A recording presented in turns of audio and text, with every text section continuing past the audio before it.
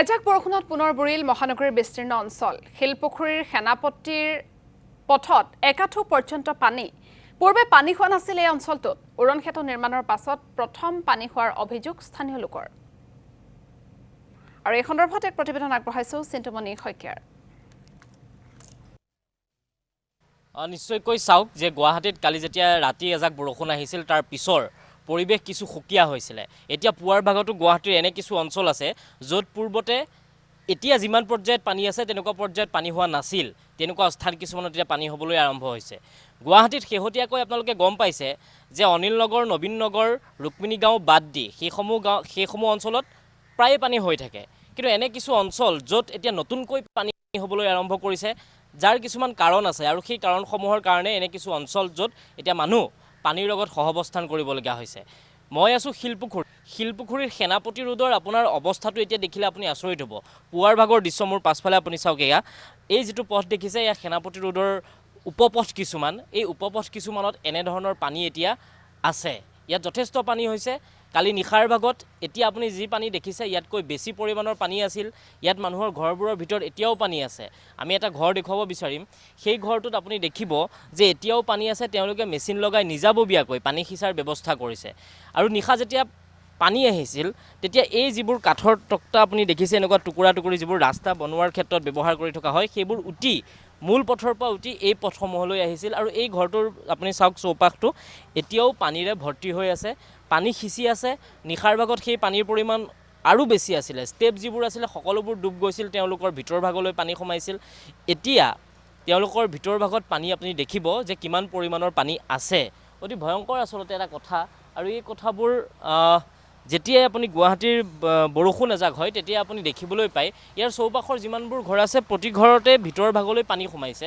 প্ৰতিখন ঘৰৰ ভিতৰ ভাগত পানী, আৰু সেই পানীৰ মাজতে আচলতে তেওঁলোকে সহৱস্থান কৰিবলগীয়া হৈছে। আমি ইয়াৰ পৰিৱেশ দেখুৱাইছোঁ যিবোৰ অৱস্থাৰ মাজত মানুহে সহৱস্থান কৰিছে। আমি তেওঁলোকৰ সৈতে কিছু কথা পাতিবলৈ চেষ্টা কৰিম। দাদা অকণমান আগবাঢ়ি আহিব এইফালে। এই পানীৰ পৰিমাণ ইয়াত আগতে হৈছিল নেকি ইমান বেছি? নাই, আগতে সেনেকুৱা হোৱা নাছিলে। আমাৰ অকল বৰষুণৰ পানীখিনি আছিলে। যিখিনি হয় সেইখিনিত মানে এনেকুৱা পানী নহয়। পানী আহে, পানী গুচি যায়। কিন্তু এতিয়া আপোনাৰ কিছুদিনৰ পৰা এনেকুৱা হৈছে মানে অলপ বৰষুণ দিয়াৰ লগে লগে মানে গোটেই পাহাৰৰ পানীৰ এটা ছাইড ওলাই আহি আপ টু পেঞ্চন পাৰাৰ পৰা আপোনাৰ নৱগ্ৰহলৈ সেই গোটেই পানী আহি চিধা আমাৰ এই গোস্বামী ছাৰ্ভিচৰ যিটো মানে এতিয়া খুলি দিয়া গৈছে ডিভাইডাৰ, আগত নাছিলে।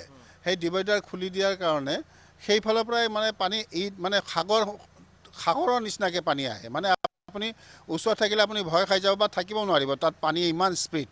সেই পানী গোটেই অঞ্চল প্লাবিত কৰে আৰু এই ছাইডেদি এটা আপোনাৰ ওলাই গুচি যায়।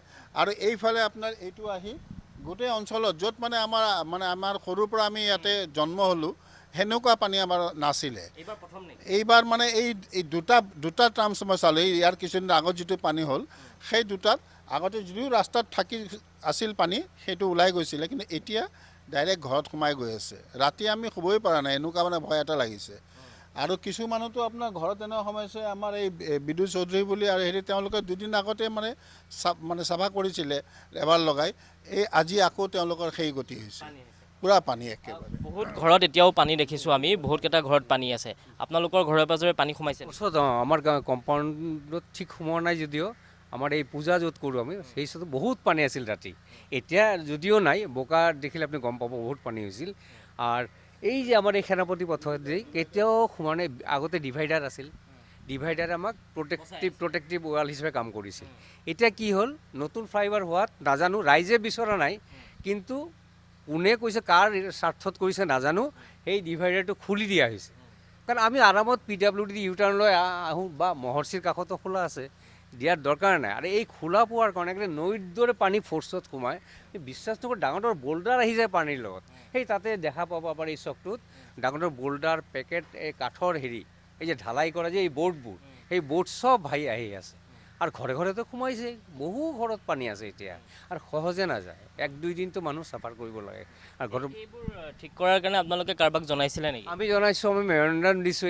এই ৰাস্তাটো বহুবাৰ দিলোঁ, আকৌ দিছোঁ। এইবাৰো নিজে আমি MLAৰ হাতত দিছোঁ। এইবাৰ আমি মানে ভালদৰে নলা কৰি ৰাস্তাটো কৰিব লাগে বুলি গোটেই সেনাপতি পথটো ৰিকনষ্ট্ৰাক্ট কৰিব লাগে আমি দিছোঁ MLA ক দিছোঁ কাউন্সিলৰ কপি দিছোঁ ভাৰ্বেলি কৈছোঁ MLA ক পাৰ্চনেলি লৈ আহিছোঁ আমাৰ এই ৰাস্তা দি চব দেখাইছোঁ ফিজিকেলি এতিয়ালৈতো হোৱা নাই কি হ'ব এতিয়া MLA নতুন MLA সমষ্টিৰ পৰা আপোনালোকৰ আমাৰ হ'ল হেৰি 35 নিউ গুৱাহাটী নিউ গুৱাহাটী ইমান মানে আপোনাৰ তেওঁ হাতত সময় ল'ব কৈছে 4-5 মাহ মোক সময় দিয়ক তাৰপিছত অৱশ্যে বতৰ এনেকুৱা বতৰ আমি তেওঁকো এতিয়া দুখিব নোৱাৰোঁ কিন্তু এটা কথা এটলিষ্ট আমাৰ এই যিবিলাক মানে ৰাস্তাবিলাক আমাৰ আহিছে সেইবিলাকত এটা স্পীড ব্ৰেকাৰৰ নিচিনা তেওঁলোকে যদি দয়া কৰি দিয়ে তেতিয়াহ'লে আমাৰ পানীৰ স্প'ৰ্টছটো এনেকুৱা নাহে অলপ চলপ ওলাব আৰু তেওঁলোকে PWDৰ ফালৰ পৰা মাজত আপোনাৰ এটা হেৰি কৰিছিলে ইয়াতে আণ্ডাৰগ্ৰাউণ্ড ড্ৰেইন এটা কৰিছিলে ব্ৰিজ চলি থকা সময়তে কিয় কৰিছে সেইটো গম পোৱা নাই মই সেইটোৰ পানী সেইটোত কিবা পানীৰ ব্যৱস্থাৰ কাৰণে কৰিছিল নে কিহৰ কাৰণে কৰিছিলে সেইটো খান্দি সেইটো